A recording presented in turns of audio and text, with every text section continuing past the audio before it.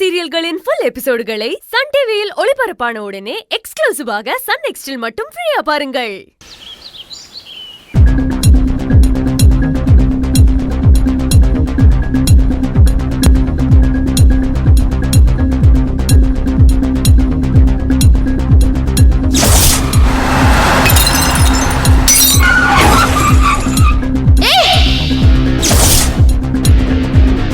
டோல்கேட்டுக்கு பக்கத்துல உங்க 2 வீலர்ல காரை இடிச்சது நான் தான். ஃபோன் பேசிக்கிட்டே டிரைவ் பண்ணிக்கிட்டு வந்ததுல கவனிக்காம உங்க வண்டியை இடிச்சிட்டேன். I am very sorry.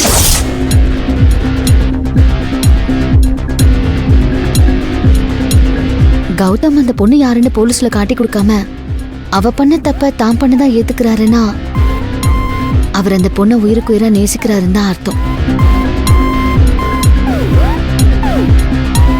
இந்த விஷயத்த சத்ரபதி சார் கிட்ட சொல்லி அந்த பொண்ணையே ஏன் கௌதம்க்கு கல்யாணம் பண்ணி வைக்க கூடாது சொல்லலாம்.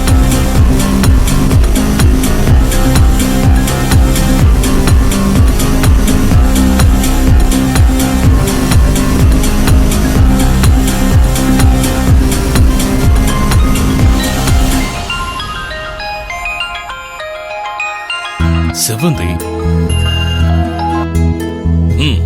சொல்லுங்க செவந்தி, நல்லபடியா வீட்டுக்கு போயிட்டீங்களா?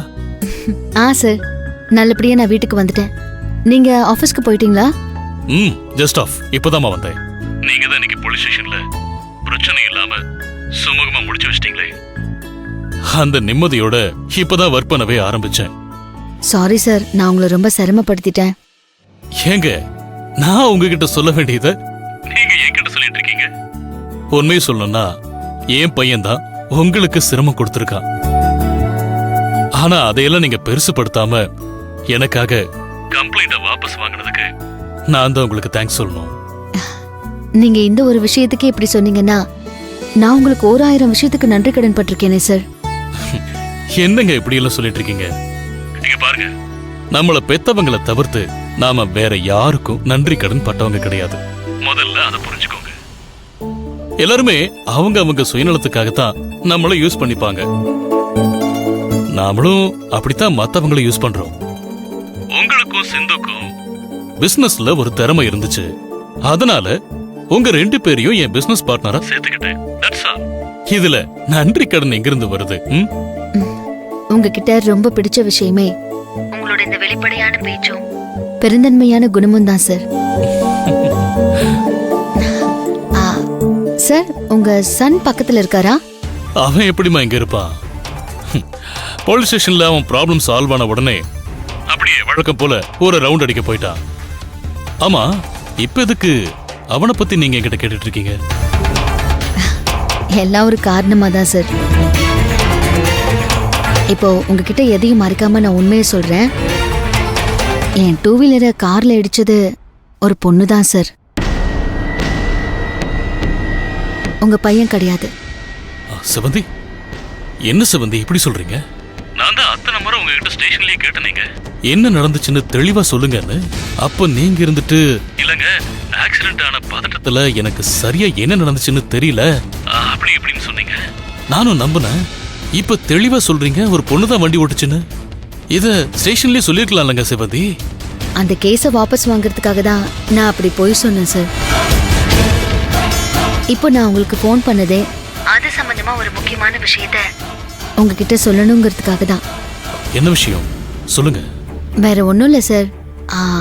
எந்த பொண்ணு என் 2 வீலரை ஆக்சிடென்ட் பண்ணாங்களோ அந்த பொண்ணும் உங்க பையனும் டீப்பா லவ் பண்றாங்கன்னு தோணுது. என்னடா இந்த பொண்ணு இப்படி சொல்றாளேன்னு தயவு செஞ்சு என் மேல கோவப்படாதீங்க சார். உங்க குடும்பத்தையும் எங்க குடும்பத்தையும் நான் எப்பவுமே வேற வேறையா பார்த்ததே இல்லை. ரெண்டையும் என் குடும்பமா தான் பாக்குறேன். அந்த அக்கறையில தான் சார் சொல்றேன். என்னங்க செவந்தி, உங்களை எப்படி நான் தப்பா எடுத்துப்பேன்? நீங்க எப்படி நம்ம 2 குடும்பமும் ஒண்ணுன்னு நினைக்கிறீங்களோ அதே மாதிரி தாங்க நானும் நினைக்கிறேன். உங்களை எப்பவுமே என் மகஸ்தானத்துல தாங்க வச்சு பாக்குறேன். அதனால நீங்க எதுவா இருந்தாலும் என்கிட்ட தாராளமா பேசலாம். தயங்காம பேசுங்க. அதுக்குண்டான உரிமை உங்களுக்கு முழுசா இருக்கு. ரொம்ப தேங்க்ஸ் சார். சரிங்க சிவந்தி, ஸ்டேஷன்ல அந்த பொண்ணு யாருன்னு அவங்க கிட்ட கேட்டதுக்கு என் சன் எதுவுமே சொல்லவே இல்லையே. அப்புறம் எப்படி என் சன் அந்த பொண்ணை லவ் பண்றான்னு இவ்வளவு உறுதியா சொல்றீங்க? அந்த பொண்ணு மேல போலீஸ் கேஸ் ஆயிடக்கூடாதுன்னு தான் அந்த பழிய உங்க பையன் ஏத்துக்கிட்டாரு சார். அவங்க மேல இப்படி ஒரு சின்ன கலங்கம் வர்றதுக்கு கூட உங்க பையன் விரும்பல. அதனாலதான் நீங்க யாரு என்ன ஏதுன்னு கேட்டோம், அந்த பொண்ணை பத்தி அவர் சொல்லவே இல்ல.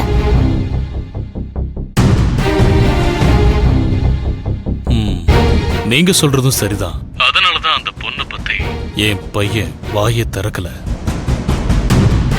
ஓகே, இப்போ அதுக்கு நான் என்ன பண்ணணும் அத சொல்லுங்க.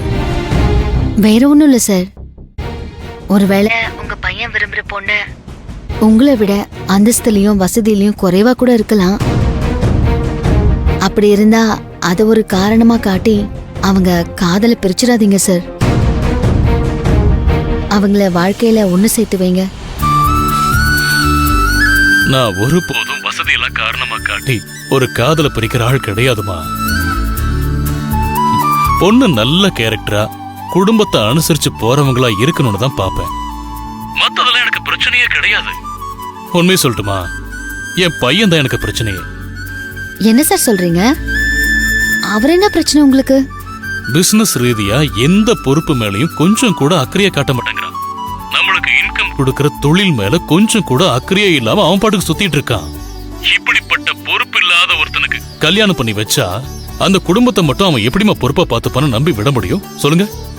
அவர் மனசுக்கு பிடிச்ச பொண்ணை நீங்க கல்யாணம் பண்ணி வச்சிட்டீங்கன்னா குடும்ப பொறுப்போடு சேர்த்து தொழில் பொறுப்பும் அவருக்கு ஆட்டோமேட்டிக்கா வந்துடும் சார். அது மட்டும் இல்ல, அவர் வைஃபும் அவரை மோட்டிவேட் பண்ணிட்டு தான் இருப்பாங்க. அதனால அவர் ஓடிக்கிட்டே தான் இருக்கணும். நீங்க அந்த பொண்ணை அவருக்கு மேரேஜ் பண்ணி வைங்க சார், எல்லாம் சரியாயிடும்.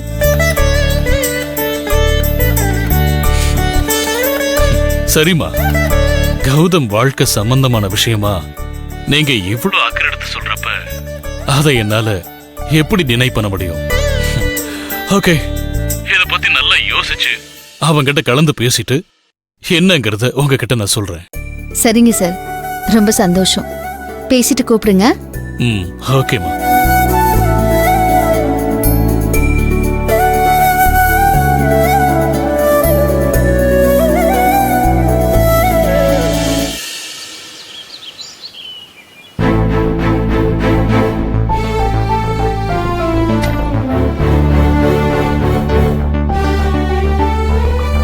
அப்பா, குட் மார்னிங். என்கிட்ட ஏதோ முக்கியமான விஷயம் பேசணும், உடனே வான்னு ஃபோன் பண்ணீங்க. என்னப்பா? நேத்து அந்த 70 டூ வீலர் ஆக்சிடென்ட் ஆச்சுல்ல, அது விஷயமா பேசதான் உன்னை வர சொன்னேன்.